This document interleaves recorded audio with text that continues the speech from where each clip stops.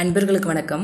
சுப நிகழ்ச்சிகளை நடத்தும் ஞாயிற்றுக்கிழமை பிரதோஷ வழிபாடை பற்றி தான் இந்த பதிவில் பார்க்க போகிறோம். இது வரைக்கும் நம்ம சேனலை நீங்கள் சப்ஸ்கிரைப் பண்ணலைன்னா மறக்காமல் சப்ஸ்கிரைப் பண்ணுங்கள்.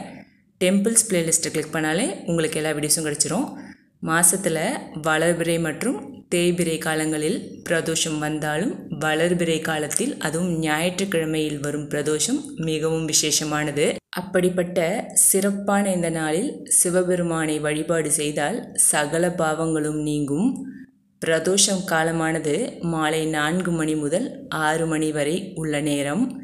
இது நாளை ஞாயிற்றுக்கிழமை என்பதால் ராகுகாலம் 4:30 6 மணி வரை உள்ளது. இந்த நேரத்தில் நாம் சிவபெருமானை வழிபட்டால் மிகவும் நன்மைகள் நமக்கு நடக்கும். இப்படியாக மிக சிறப்பான நாளைய தினத்தில், அதாவது ஞாயிற்றுக்கிழமையில் சூரிய பகவான் மற்றும் சிவபெருமானை நாம் வழிபடுதல் வேண்டும். பிரதோஷ வழிபாட்டின் பெருமைகளை முதலில் அறிமுகப்படுத்தியவர் சிவபெருமானின் வாகனமான நந்தி தேவரே. தட்சனின் சாபத்தால் தேய்ந்து கொண்டிருந்த சந்திரனுக்கு சிவபெருமான் சாப விமோச்சனம் கொடுத்தார். அந்த சாபம் சிவபெருமானை வந்தடைந்தது. சாபத்தால் தேயத் தொடங்கிய சிவபெருமானை கண்டு மனம் வருந்திய நந்திதேவர் சிவபீடத்தில் பார்வதி தேவியை அமர வைத்து முறைப்படி பிரதோஷ பூஜை செய்தார். அதற்கு பிறகு சிவபெருமான் இந்த தோஷத்திலிருந்து விடுபட்டார். இந்த பிரதோஷ வேளையில் நாம் ஓம் நமச்சிவாயா, ஓம் நமோ பகவதே ருத்ராயா என்ற மந்திரங்களை நாம் சொல்ல வேண்டும். நந்தி தேவருக்கு கூடுதலாக அருகம்புல், செவ்வரளி, வில்வம் கொண்டு சிவநந்தி தரிசனம் செய்தால் வீட்டில் உள்ள கடன் தொல்லைகள் நீங்கும். நம்மால் முடிந்த அபிஷேக பொருட்களை வாங்கி வழங்கலாம். சிவ தரிசனம் செய்வது எல்லா வளங்களையும் அள்ளி கொடுக்கும். நமக்கு பிறவி தோஷங்களையே போக்கும் பிரதோஷம் என்று கூறுவர்.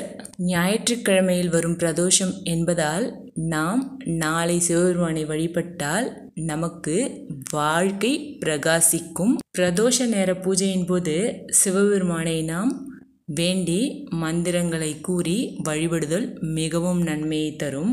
இம்மந்திரங்களை கூறி வழிபடுவதன் மூலம் நம் ஒவ்வொருவரின் உடல், மனம், ஆன்மா தூய்மை பெற்று ஆன்மீக சிந்தனை நமக்குள் நிறையும். நமது கர்ம வினைகள் நீங்கி நன்மைகள் பெருகும். சகல தோஷங்களையும் விளக்கும் பிரதோஷம். நம்முடைய பிறவி தோஷங்களையே போக்கும் பிரதோஷம். பொதுவாக பிரதோஷ நேரம் மாலை 4:30 முதல் 6 மணி வரை.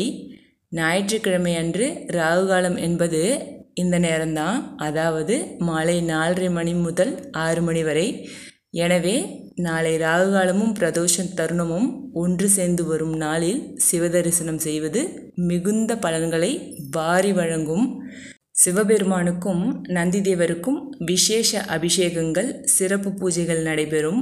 நம்மளால் என்ன அபிஷேக பொருட்களை வாங்கி கொடுக்க முடியுமோ அதை நம்ம நிச்சயம் வாங்கி கொடுக்கணும்.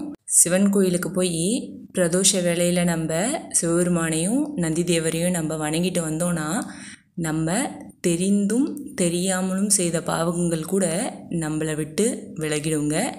நிச்சயம் நம்ம பிரதோஷ பூஜையில் கலந்துக்கணும். பிற உயிர்களையும் தம் உயிர் போல் நேசிப்போம். அனைவரிடத்திலும் அன்போடு இருப்போம். பெரியோர்களை மதிப்போம். நம்மால் முடிந்த உதவிகளை நாள்தோறும் செய்து வருவோம். பொண்ணோ பொருளோ கொடுத்து உதவுறது மட்டும் உதவி இல்லைங்க. அன்பாக ஆறுதலாக பாதிக்கப்பட்டவங்ககிட்ட 4 வார்த்தை பேசுறது கூட ஒரு உதவி தான். நிச்சயம் செய்து வரணும். நம்ம வீட்டில் இருக்க பெரியவங்கக்கிட்ட நம்ம கொஞ்சம் நேரம் உட்காந்து மனசு விட்டு பேசணுங்க. நம்மக்கிட்ட அவங்க வேறு எதையும் எதிர்பார்க்கறது இல்லை. நம்ம அவங்கக்கிட்ட அன்பாக ஆசையாக பேசுறதை மட்டும்தான் அவங்க எதிர்பார்க்குறாங்க. அது நம்மளால் செய்யக்கூடிய ஒரு விஷயந்தான். நேரம் இல்லைன்றதுக்காக அதெல்லாம் நம்ம தவிர்க்கவே கூடாது.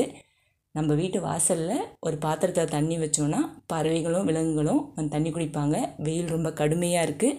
நம்மால் செஞ்ச முடிய சின்ன விஷயந்தான் இது.